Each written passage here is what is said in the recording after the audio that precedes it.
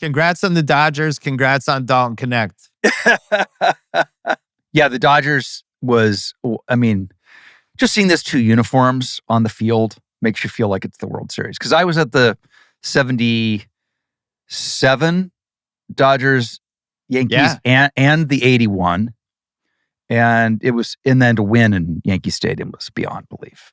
This hat was given to me on the pitching mound at Yankee Stadium. It felt like it rejuvenated baseball to when we were kids, where didn't it? Like all of America cared. There were generations of fans. It was really hard to get tickets for everything, and there were big stars, and it was like what we grew up with Reggie Jackson going against Garvey and all that shit. It's exactly right. Like. I can't get a ticket. Can you get me a ticket? Like, when was the last time you heard that about baseball?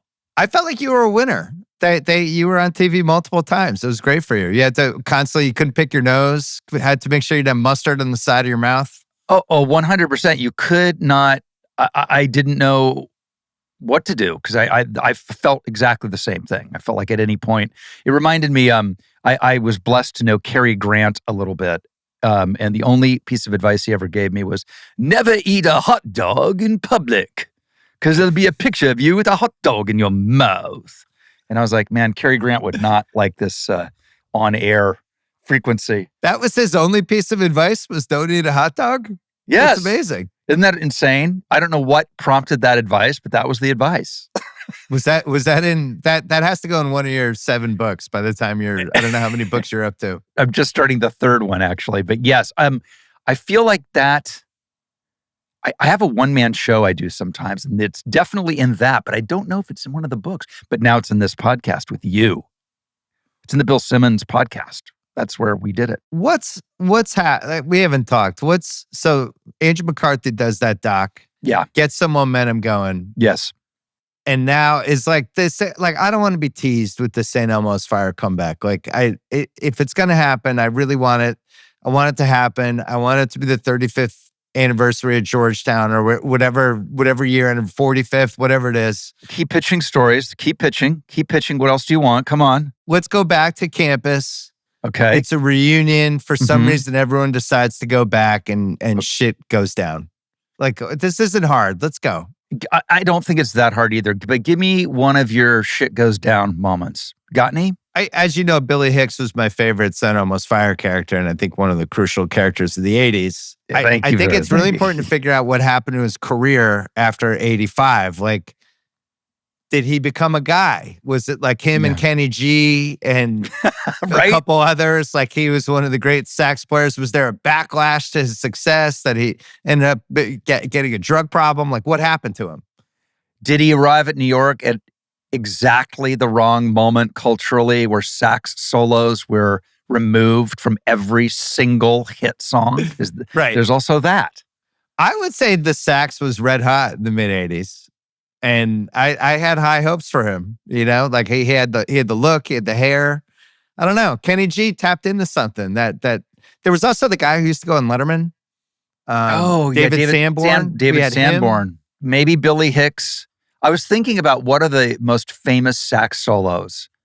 This would be a great thing, Freddie. This gets us right into Yacht Rock, which I'm obsessed with. Like, what are the most famous 80s sax solos? I mean, there's a lot in Steely Dan. There's Billy Ocean's Caribbean Queen. Well, did Billy Hicks play that? Was he a session man? Well, Springsteen, I would say the big man had probably more prominent replayed sax solos than anybody, right? Because he's in some of the biggest Springsteen songs ever. But I 100%. But I'm thinking, could you believe that Billy Hicks from St. Elmo's Fire played the sax solo in? So you'd have to go, his career probably hits like 88, 89 range. Yeah. Weird time for music because alternatives coming in, but there's still some pop. That's what I'm saying. He might have arrived too late for the sax surgeons. Maybe he like meets Sade in a bar and maybe does some Sade work and ends up, Keith Sweat brings him in, and now he's in like that kind of horny, sexy R&B stage that we had. Did he play the sax on Smooth Operator? Right. Oh, man. Right. That's it. Like the R&B community embraces Billy Hicks, and he takes off. Then there's a backlash, like why Billy Hicks? Why Right. can't it be other people? And then he has a drug problem again, and then recovers. Listen, we hired our writer this week, actually yesterday, and so it's definitely on the move, and we're having exactly those conversations, and it's so fun. I actually watched it start to finish the other day. I hadn't seen it in, God, I don't know, 25 years. I don't even know how long ago. And it blew my mind, and it made me realize like we could really have something special if we do this right. And we will for sure. But you know what's interesting about it? We talked about this when we did the pod. There's only a couple movies that pulled off the ensemble, everybody's buddies, but yet there's some weird shit going on. Yep. Like The Big Chill did it a few years before, which I'm sure Yep. inspired Cinema's Fire, but most of the time it doesn't work. Why? I know, and it is amazing because you cared about every character. Every character had an arc that was equally interesting. Because usually there's like, oh, I care about this one, but not about that one. Why do you think that is? And you're right about Big Chill. I'm trying to like literally break it down to the math to make sure we get the equation right. Well, it hit two things. You had the people right out of college that year when you kind of don't, either you really know what's going on with your life or you have no idea what's going on in your life, right? So there's been a couple movies over the years that have really nailed that correctly. Right. So you have that. And then like what happens if your life after college isn't as fun as your life in college, which is the Billy Hicks conundrum. Right. But I think the reason it worked is each character was somebody you probably knew in some form.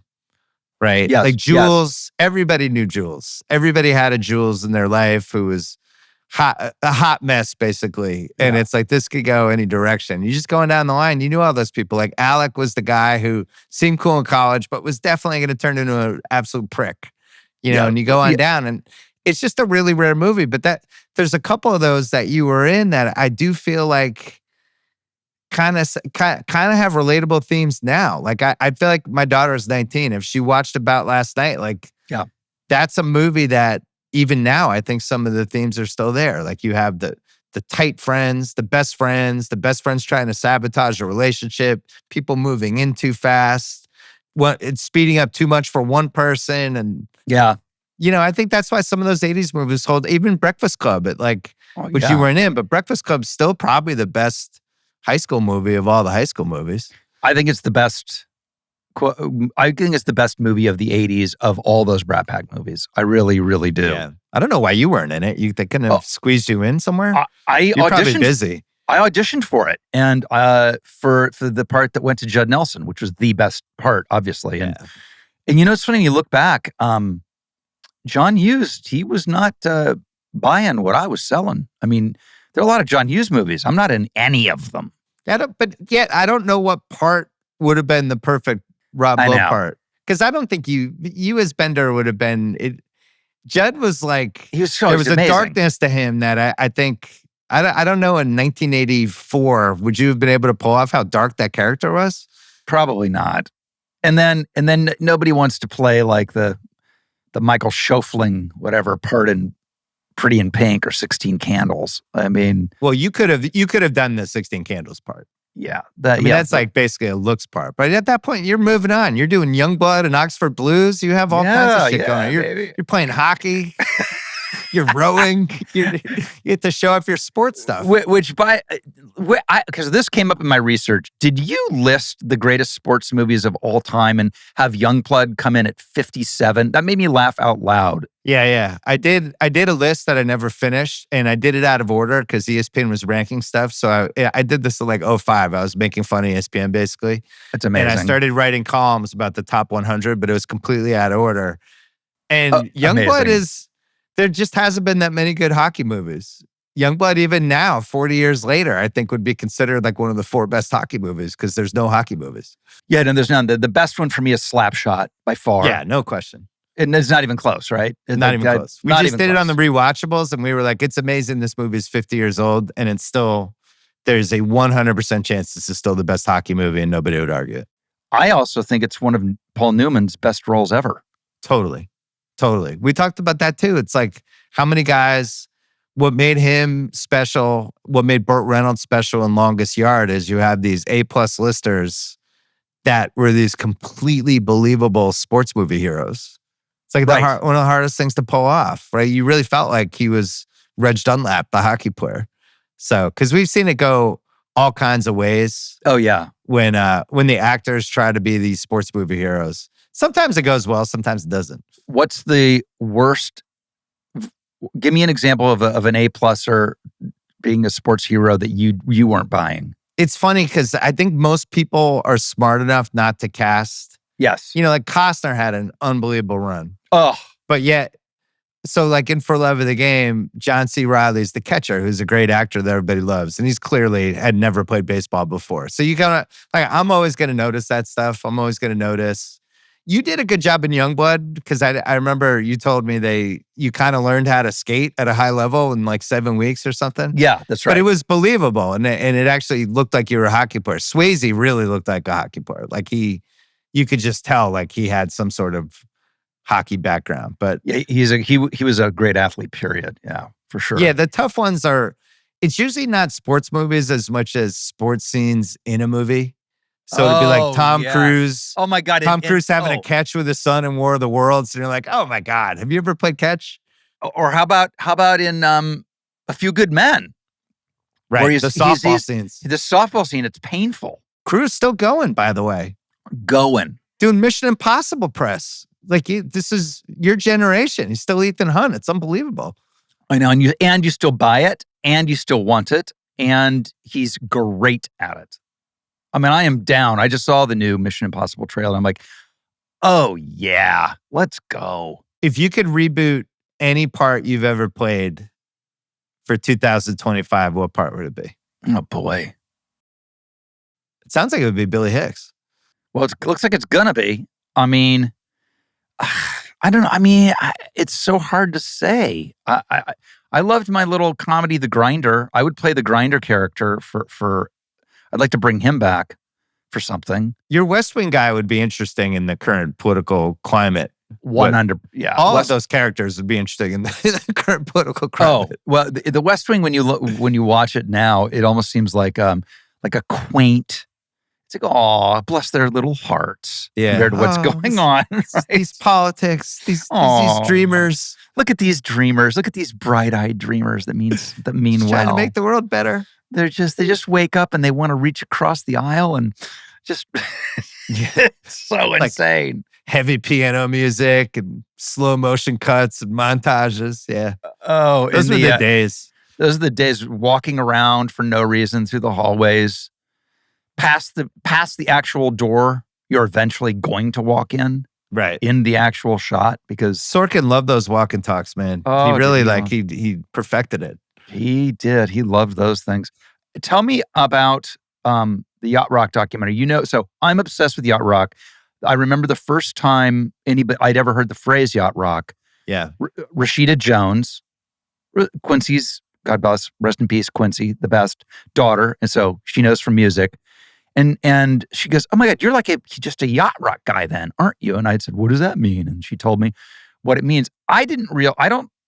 Is the Yacht Rock saying like Brat Pack to Yacht Rockers? Like if you say to Michael McDonald, Yacht Rock, is that like saying Brat Pack to Andrew McCarthy?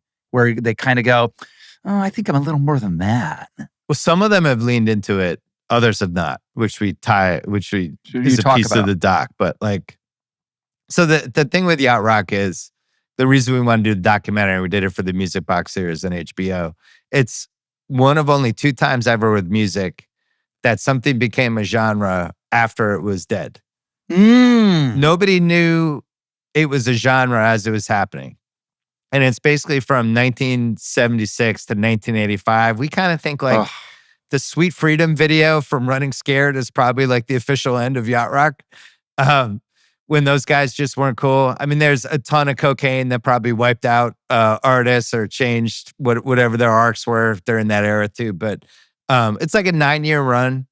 And what we laid into was like, it starts with like the Steely Dan sound in LA, these guys are like amazing musicians, right? You could make a case for them as yacht rockers, but they're probably like levitating above it. But all the people that they were playing with became a lot of the stewards of what the yacht rock sound would be, like people on Toto and the Doobie Brothers, all these different places. So what happened was that music suddenly becomes uncool anymore when MTV starts.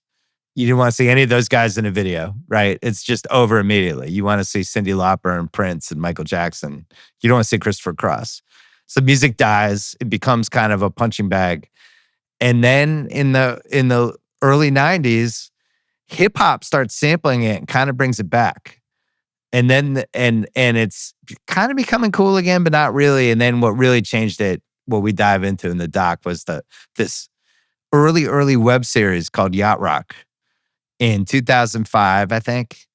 Yep. And it's a comedy series where it's like these LA comedy actors are playing Kenny Loggins and McDonald, and they're just having these fights, and it's just a parody of all of it. And somehow that started it. And then it was just these little pieces. I think the Sirius channel was probably one of the biggest pieces of it, right? It's when that they came leaned out, into it, Spotify playlists, and then what ends up happening is this huge argument about what's yacht rock and what's not yacht rock, which I think really has fueled it more than anything.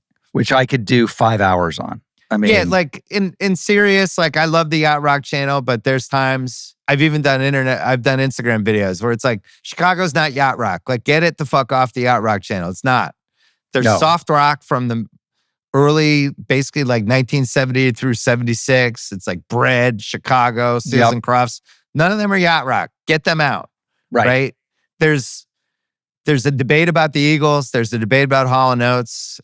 People kind of go back and forth on that. I don't know if we've ever solved it, but you kind of know it. I always feel like it's something you would play on a yacht as you're trying to get laid is a good way to start, right? You're playing like minute by minute at a yacht at 10 o'clock at night, off the coast of Malibu. Yes. That's where you want to go. I also think there's a lot of one-hit wonders in yacht rock. Oh my God. Right? And some creepy ones too. Oh, dude. How about Into the Night? Into the Night, the creepiest music video of all time. Creepiest lyrics ever. I urge you, you can pause this podcast with my full authority. Yeah. And look up the video and listen to the lyrics for Into the Night, which, by the way, I always loved the song. And then all of a sudden I was like, what the living hell? Well, I think the guy's name was Benny Mardones. Benny Mardones. In the video, he's just outside our window trying to get to her. And then they fly away on a fucking magic carpet at the end. Yeah, it's rough. It unfortunately for us, it is yacht rock, and it should be on any yacht rock playlist because, so the Doobie Brothers are the princes of yacht rock and the kings of yacht rock, and they get a lot of play. The big three are them and Kenny Loggins and Christopher Cross, who we all have in there, and then Toto, and you know it when you see it. It's not hard. It's Boz Scaggs. Boz Scaggs, another one. Yeah, no, yeah, because you're right. It's easy. You could slip into the California sounds. Like the Eagles are not on it. They're California rock, which is not yacht rock, although they sound the same, right? But the thing with the Eagles is, unfortunately, they have a couple yacht rock songs that have to be addressed. Like One of These Nights is a yacht rock song. It just is.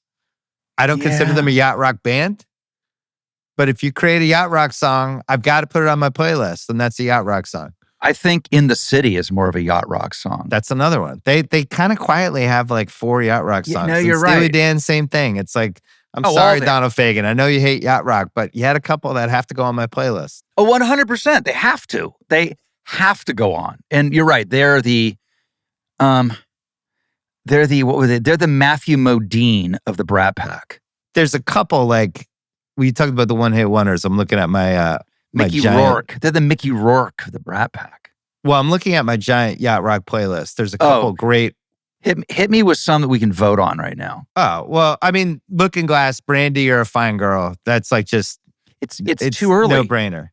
But what do you mean? Too early. I think it's too early in the oeuvre. I think it's like 76, which so I squeeze it in. But okay. Whenever I Call You Friend by Kenny Loggins and Stevie Nicks. Come on. The ultimate yacht rock duet. Yeah.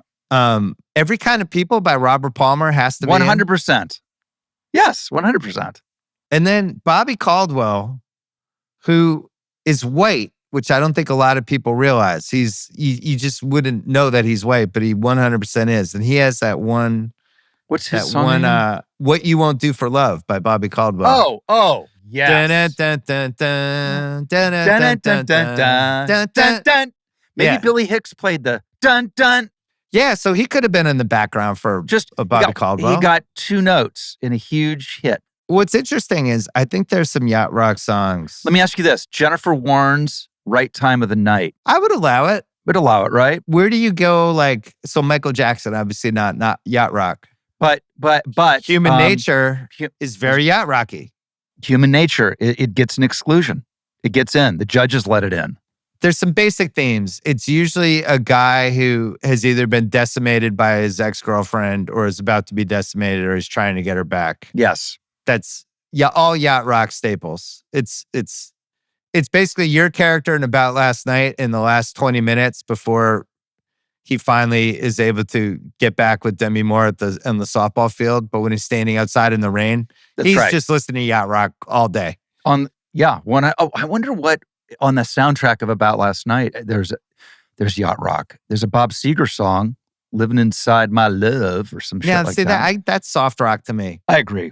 Well, there's that one where it's like you had a couple happy montage songs in About Last Night. Yeah. Oh, so far. Yeah. So good. So Sheena I don't Easton. feel like that's Yacht Rock either, No, it's but not. that would have been a great Yacht Rock spot. And there's no Yacht Rock in Footloose. No. There's a lot of missed opportunities. Here, how about we might have just discovered something?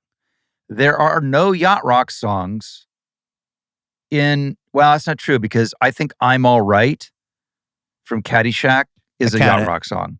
Anything with Loggins from 77 on is just an automatic. I think him and McDonald's, automatic, depending on, McDonald has the most and McDonald is the best. And that's why he's kind of the face of Yacht Rock in a lot of ways. But, even when we did the doc, like the old guard of Doobie Brothers, like they hate Yacht Rock. No way. Like Tommy Johnston, didn't want to be in the doc. Like not only didn't want to be the doc, but didn't want to be shown in the doc. So he's the Judd Nelson of the Brat Pack documentary. Well, but Judd Nelson, somebody else wasn't in it either, though, right? Weren't 2 people not in it?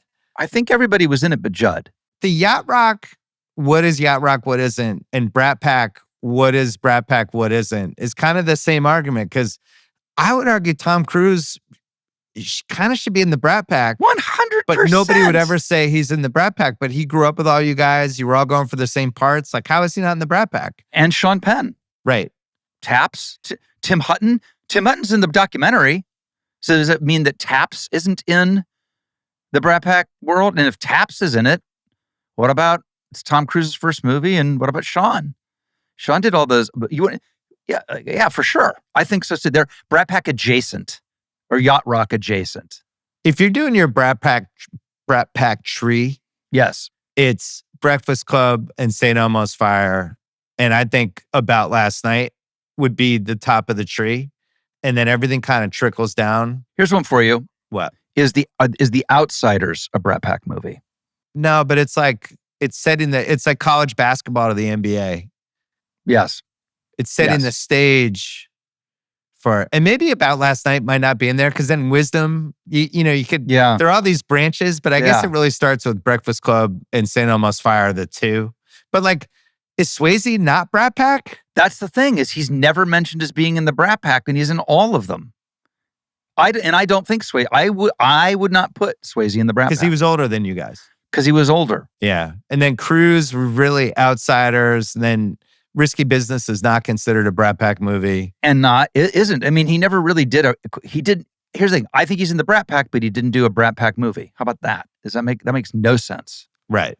But it's you, it's Emilio, Demi, it's McCarthy, Demi Moore, Ali Sheedy, Molly Ringwald. I think you almost have to work backwards and be like, who has to be in? And then when you're debating it, maybe that's not how it works as much. But like the only thing I didn't understand about that documentary, which I enjoyed watching, was he's not on the cover, McCarthy.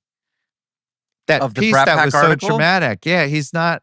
Oh, that's right. He He's wasn't not. in it. It's you and Emilio Estevez and Judd Nelson. It's like, you're not even. Why are you so upset about this? You're not even on the cover of the magazine. Maybe that is the reason.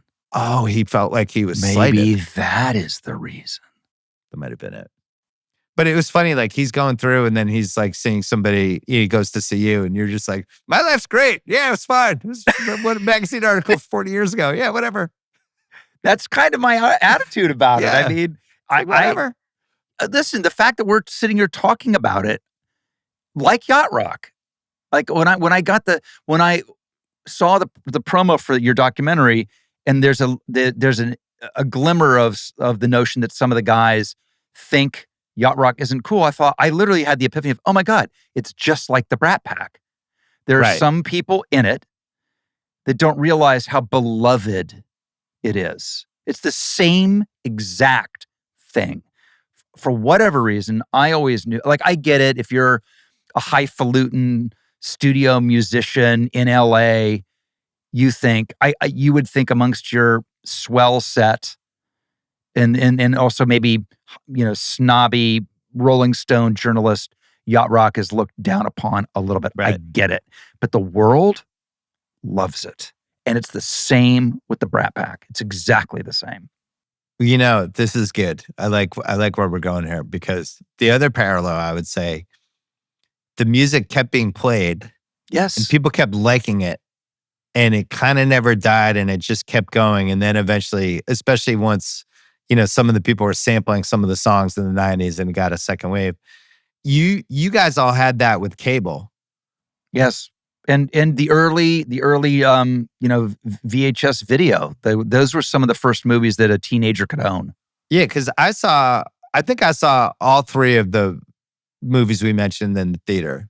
But what really took off was HBO and TNT, and the fact that they were just on all the time. And then, networks are showing these things over and over again because people are watching them. It's not like they're just throwing shit against the wall. Yeah, like we just did The Replacements on the Rewatchables, which was a movie that didn't even do well when it came out.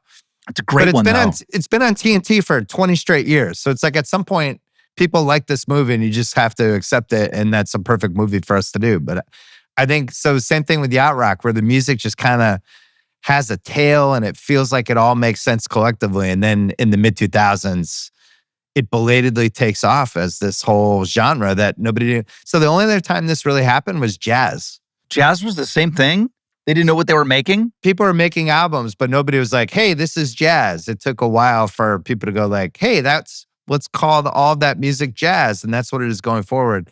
Yacht Rock, nobody said the words Yacht Rock until the mid-2000s. So this is a full 20 years after the music has come and gone. And now, we're in end of 2024, there's a documentary. There's all these different Yacht Rock like concerts that are out. McDonald and Loggins and Christopher Cross travel together. I saw them. I saw Kenny a month ago. He was, how about this? Al Stewart. Right? You're the Cat. Come on, man. Classic Yacht Rock. So good. Yeah. And Al Stewart, Mike, and Kenny played. And Kenny in particular has not lost a step at all. Incredible performer. And he hasn't transposed his songs to lower keys. He sounds right. All those high notes. Oh, okay, I got one for you about Yacht Rock. I got one for you. Really good. And it comes up because I just saw their farewell concert. And I'd heard it was one of the best concerts I would ever see. They were also the first concert I did see, and they were insane. ELO. Interesting. So what's your Yacht Rock ELO song? How about Strange Magic? Does that fit the 76 to 85 time frame? It does, right? Yeah, I think it's 70. It's 76. Yeah, that's a good one. Strange Magic, I ELO. think we could squeeze it in.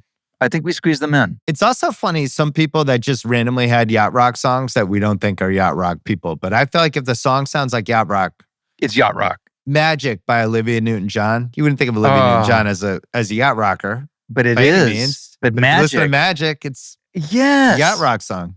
For sure. A secret Yacht Rock guy not mentioned ever, James Ingram. Oh, he's very yachty though. Just once. Baby Come to Me with Patty Ingram. Mm-hmm. What's more yacht rocky than that? There's it's nothing a little more. Stocky, which fits the Yacht Rock parameters. Baby, come to me. Oh, how about this? You're going to have to call the police. How about Billy Ocean? You get into my car. Get in the back seat, baby. Like, if it wasn't weird enough, literally you, unknown person. Yeah. Get into my car. Get into the back seat. They just went for it. They definitely went for it. Then there's some Magnet and Steel, some songs that became like Boogie Nights kind of immortalized Magnet and Steel, but it's still a Yacht Rock song.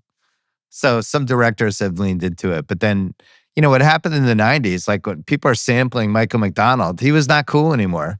He was like your dads and your uncles listened to that era of the Doobie Brothers. There was nothing cool about them at all. There was a nostalgic bent because they were on What's Happening that time and things like that, but they had no mojo, and it got single-handedly brought back in the 90s. Yeah, and like I have no shame about being like a Yacht Rock dude. I mean, at all. I love it so much. So this is all that part of our doc is about. This comes from LA, and you're growing up in LA as this is happening. It's happening right there. It's all over the radio. It's like I lived on Point Doom, and I remember. Well, how about the song "Gold"?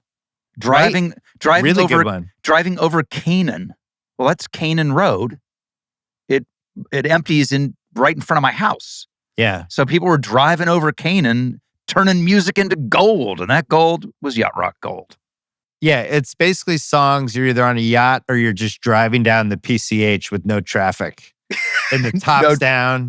Yeah. And you're like, this is great, man. What a great drive. I can't believe this exists in America. Well, here's the other thing. It's also, although there's so many great black artists involved in it, James Ingram, for example, it might be the whitest music ever made. Yeah, so Questlove, who's in our doc, has done a nice job of trying to change the narrative with that because...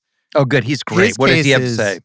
Yeah, and he's awesome in the doc, but his case is there's actually some other ones that have been... kind of overlooked, some one-off songs. Oh, I got some. How about some Al Jarreau? Al Jarreau is the Yacht Rock guy. The Pointer Sisters, Slow Hand, is the Yacht Rock song. Oh, Slow Hand. So you almost have to recalibrate because I think... Yeah, you're right. People in their head just thinks Yacht Rock are these solo, like 38-year-old white guys just cranking out songs about how they can't believe they... McDonald was the key to this, right? Like... All the best Michael McDonald songs are about, I was completely betrayed by somebody I loved. It's like, what a fool believes he was the fool. Minute by minute, I gotta try. It's all. I had him on a podcast once. I was like, was it one girl that just like completely destroyed you and obliterated your soul, or was it multiple women? What did he say? He's basically like, it's probably one, but I also don't really remember a lot. I don't really remember so many of them. I mean, that's the other thing is he both has a good memory and then a terrible memory because all these guys are partying really hard too. Yeah, so, for sure. So he's like, I don't really remember 1984. What a Fool Believes, those lyrics are unbelievably brilliant. They're like, because that song is so in people's minds, they feel like they've heard it 1,000 times, but I'll bet you people have never really listened to those lyrics. That's the other thing about Yacht Rock. These songs were some of literally the biggest songs of the year. Songs that won Grammys, Minute by Minute won Grammy. Like Christopher Cross won like 4 Grammys. Toto crushed at the Grammys. To the point people got pissed about it. Like there was a Grammys backlash. They were like, who the fuck are these guys? I got one for you.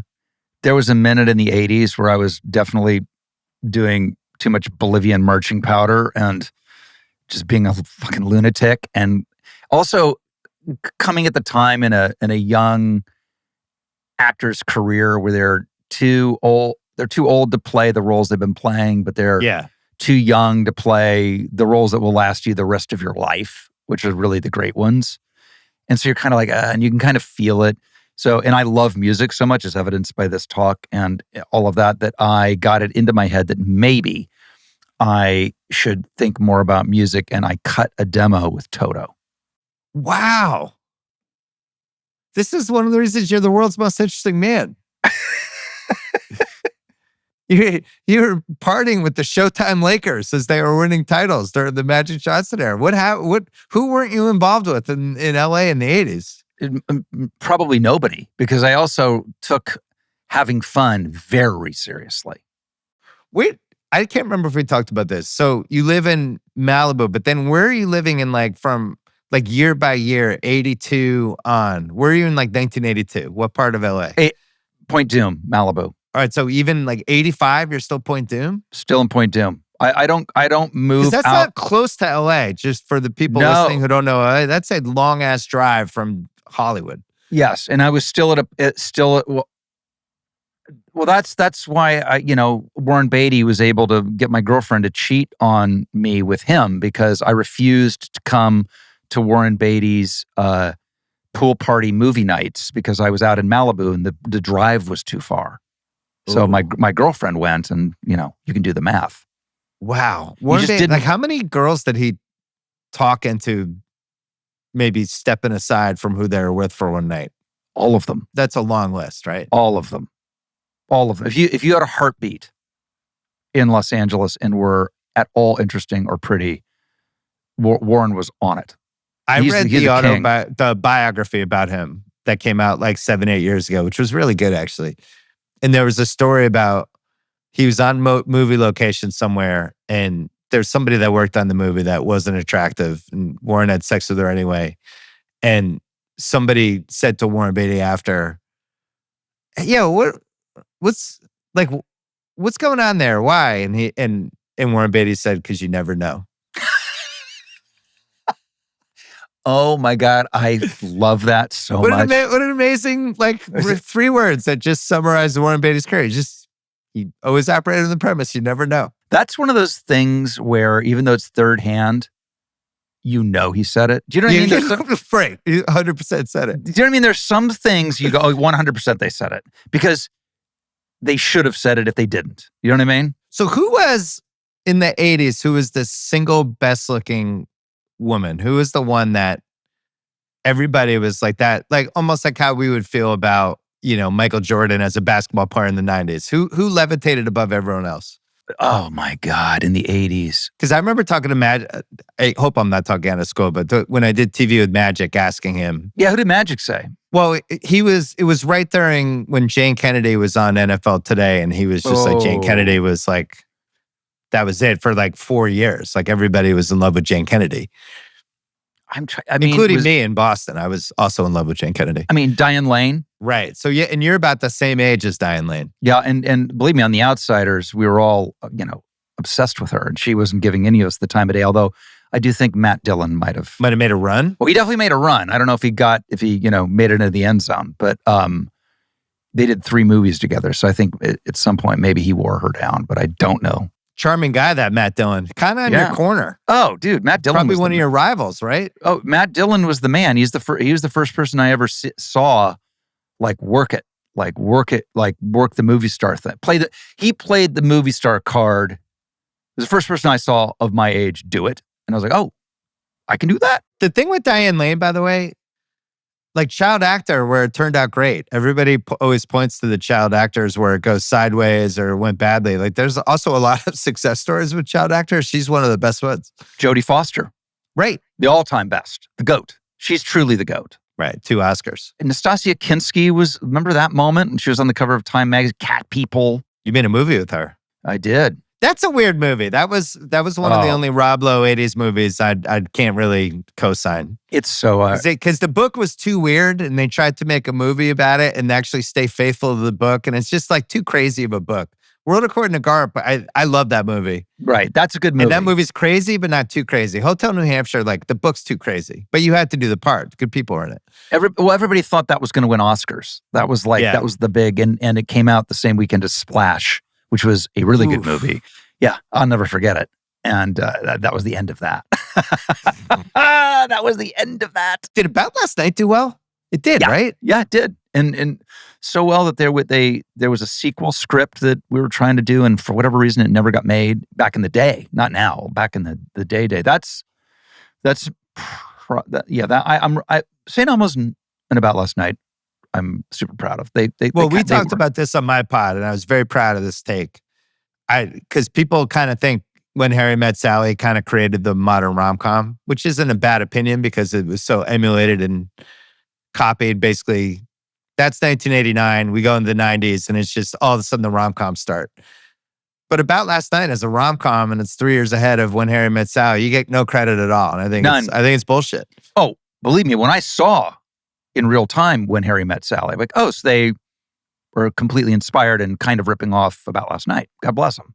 100%. There's like, if you go into the 70s, and what's cool is, I don't know if you're a Tubi guy. You a Tubi guy? Yeah, Tubi's great. Tubi's like basically revived all of these 70s and 80s movies. So there'll be movies like that. I don't know if I ever saw, like The Goodbye Girl, which got nominated for Oscars. Great movie. That's a rom-com, but it still feels like very 70s era specific. Not Yes.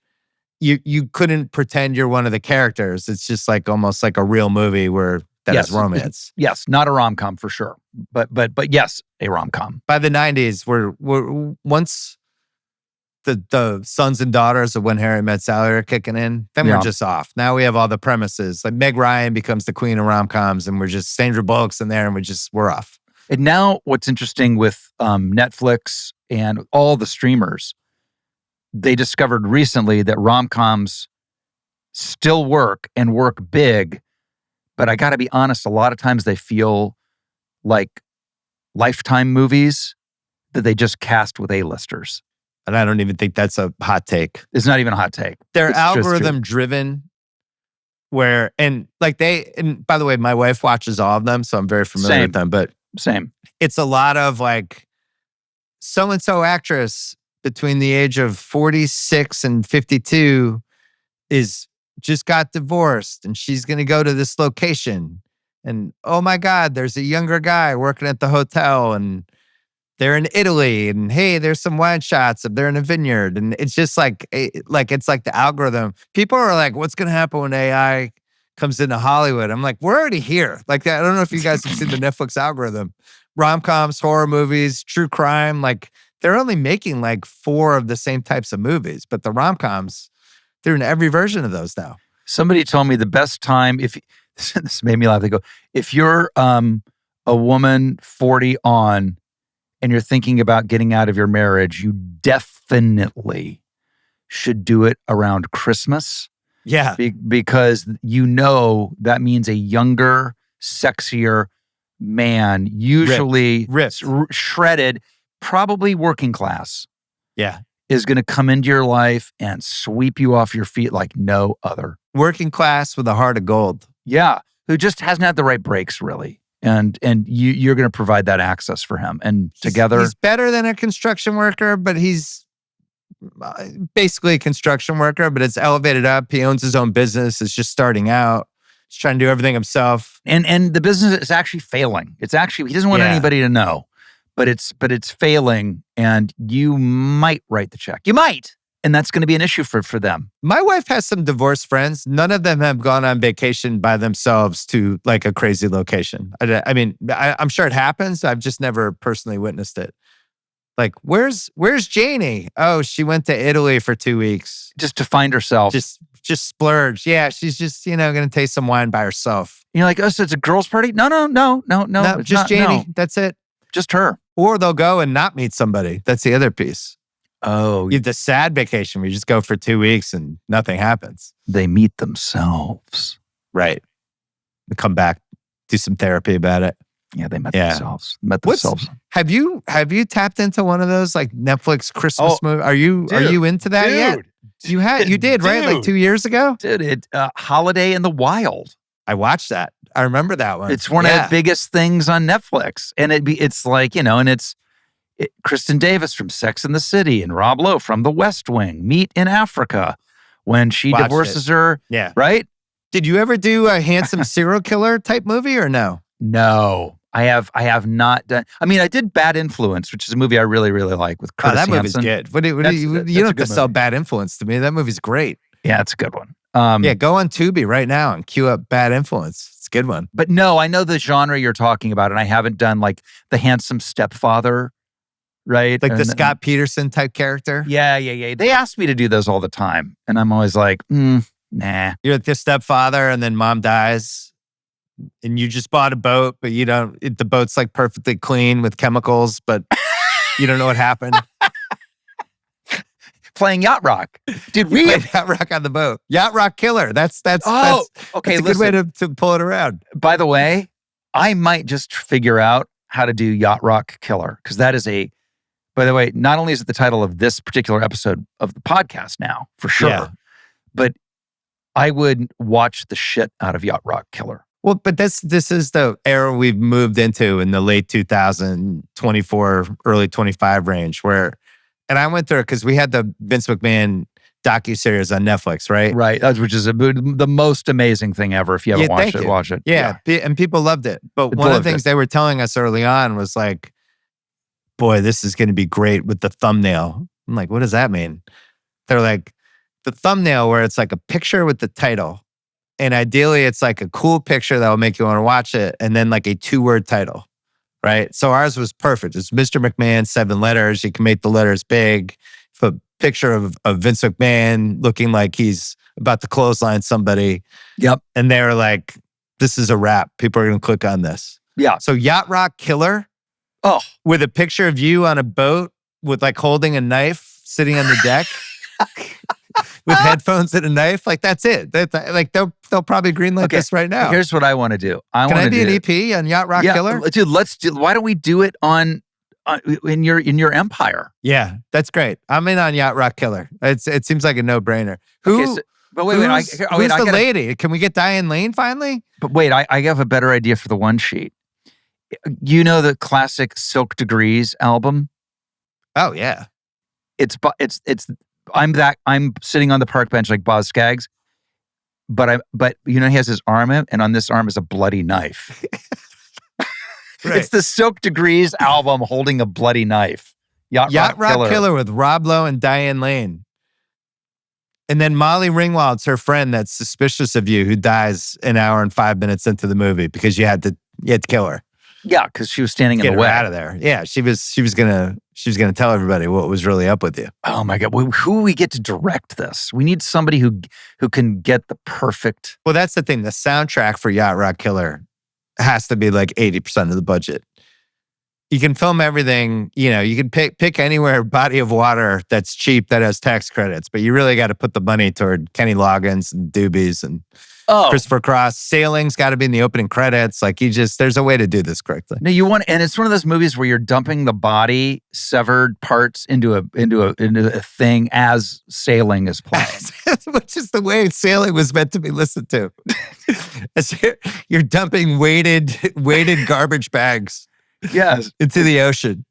To Sailing. Oh, dude, we are definitely doing this. Yeah, we'll talk off air. We're going to talk off air. Netflix just greenlit it. They didn't even know. They just like randomly just greenlit it. They didn't even know what they're doing. No. They're just like we're just blind green light. Okay, we've found, because both of us don't have enough work already. It's like you and I are just slackers. Who's your best friend in Yacht Rock Killer? Who's defending you the whole time? Oh boy. It's got to be somebody that you worked with in the 80s that we got to bring back. It's got to be the ultimate sidekick. I mean, it could be Amelia. When was the last time you guys worked together? We haven't. It'll be St. Elmo's Fire, because that will probably be ahead of St. Elmo's Fire 2 will be ahead of Yacht Rock Killer. Although, we can't dip into the St. Elmo's Fire 2 cast. Yacht Rock Killer could come together very quickly. Yeah. No, we can start filming it tomorrow. I think.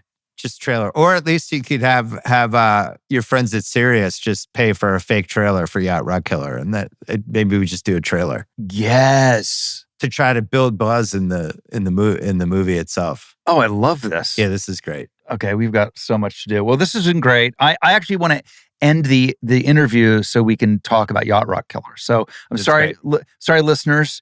We're going offline now because we're going to actually start. This is how things happen in Hollywood. We're going to start developing right now on this show. I love it. I'm here for Yacht Rock Killer. All right, you're the best.